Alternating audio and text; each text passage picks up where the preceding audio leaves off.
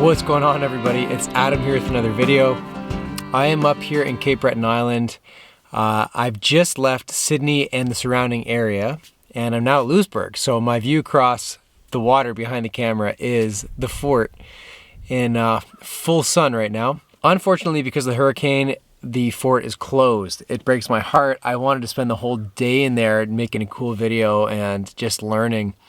But here we are. The hurricane comes through once again and ruins the day.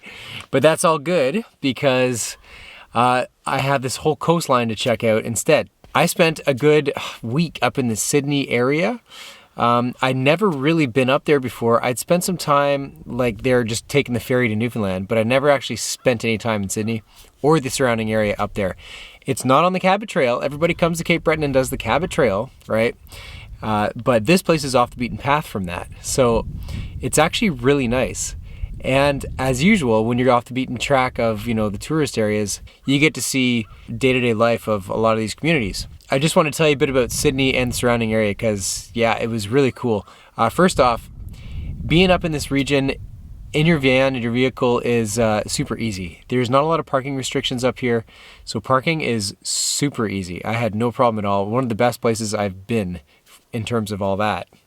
I was down by the water in the Sydney Harbor.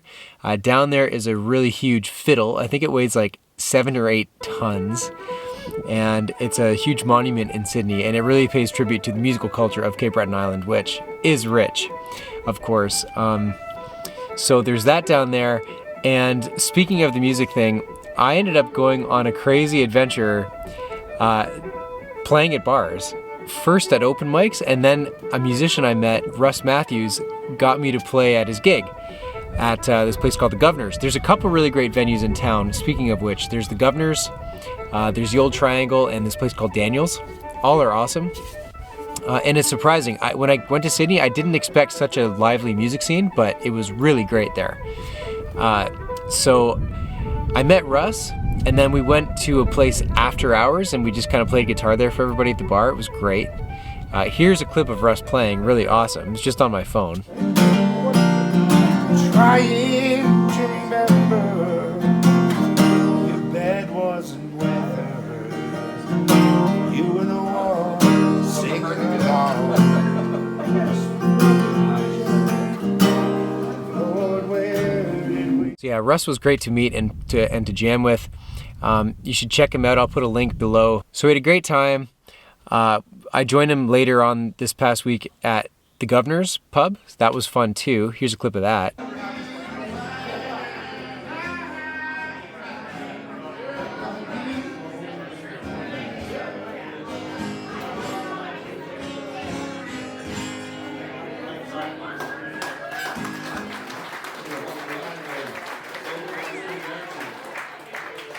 So yeah, the music scene in Sydney is actually really hopping. I went to a couple shows there. It was great, a lot of fun. It's a small place, but the musical talent and participation from the community is just like through the roof. It's what they do. It's really great. Being as they're just kind of cleaning up from the hurricane still, I was there one night at the bar and the power just went out. And it was out for like, I don't know, 20 minutes, half an hour maybe.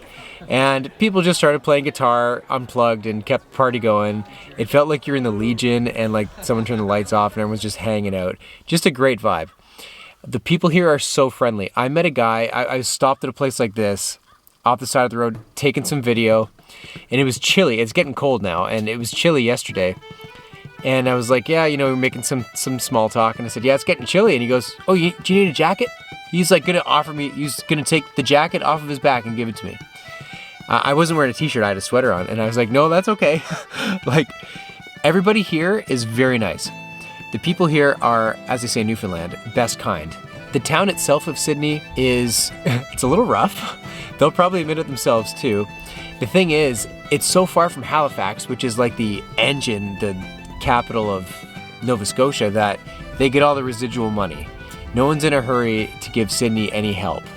So the town's, it's seen better days. It's kind of rough, and they're just fixing potholes that are like, 30 years old apparently. Like they're getting around to all that right now. I kind of showed up in a bit of a rebirth stage.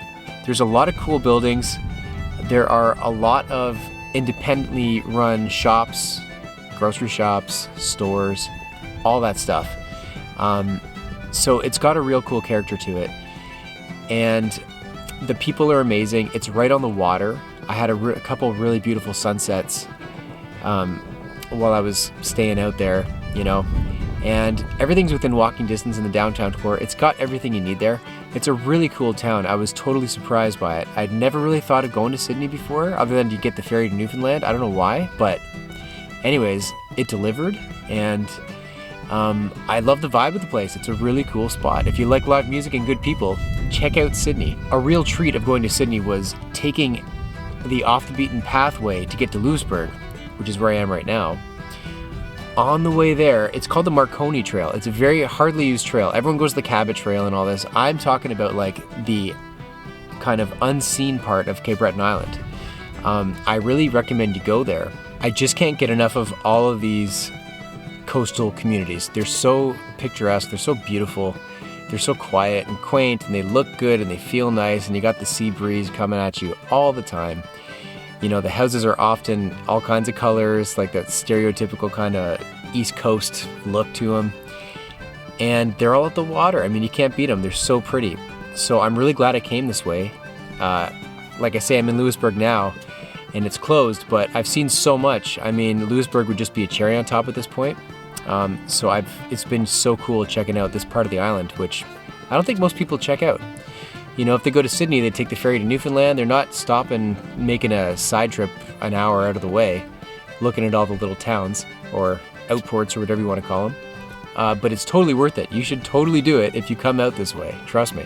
So my journey here continues down the coast. I'm heading south again to the mainland of Nova Scotia, and I'm going to be checking out all kinds of beautiful scenery. I'm sure it's a beautiful day out here right now. I can't wait to hit the road. I had a beautiful campsite last night, by the way. It was unreal here. I had a great sunset, you know, in the woods and on the water. And there's going to be a lot more of that today coming up. So expect some more nice scenery in the videos I have coming up of Cape Breton. And I will catch you next time. Peace.